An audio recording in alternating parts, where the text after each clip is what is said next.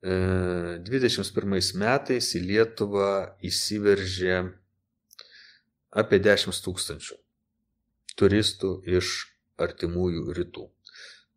Pro Baltarusijos pusę, pro Baltarusijos sieną, čia tiek buvo daugmaž jų sulaikyta. Metus laiko, ten kelis tūkstančius laikė uždarę tose laikinose pabėgėlių centruose. Po metų laiko, kadangi tie, kam nebuvo suteiktas pabėgėlio statusas, tie, kurie nebuvo deportuoti, jie gavo mūsų teismo sprendimą, kad jų nebegalima laikyti uždarytų ir jie yra ne kaliniai, bet jie neturi jokių dokumentų, mes jų niekur negalime išvaryti, o jie irgi niekur negali bėgti, bet laikyti už grotų mes jų negalime.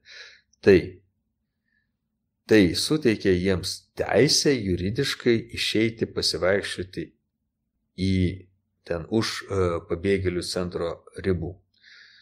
Ir ar dabar jūs girdite, ką nors apie tai, kad juos reikia išlaikyti? Ar jūs girdite, ką nors apie skaičius, kurie yra? Atsiprašau, draugai, mano skambutis, kuriuo...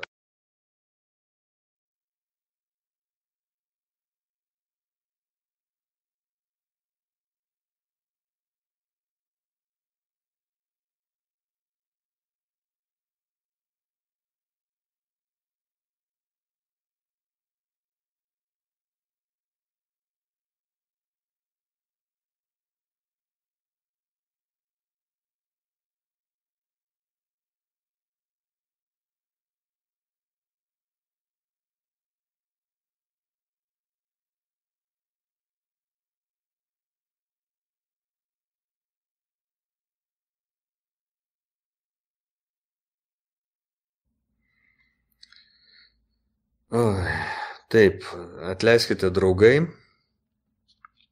Tik pradėjau kalbėti apie slaptus valstybinius reikalus, norėjau pasakyti, ar kas nors žinote, koks dabar yra migrantus laikomų šitose pabėgėlių centruose skaičius. Iš karto skambutis sako, tu čia truputėlį pirčiauk, yra temos, kuriomis kalbėti negalima.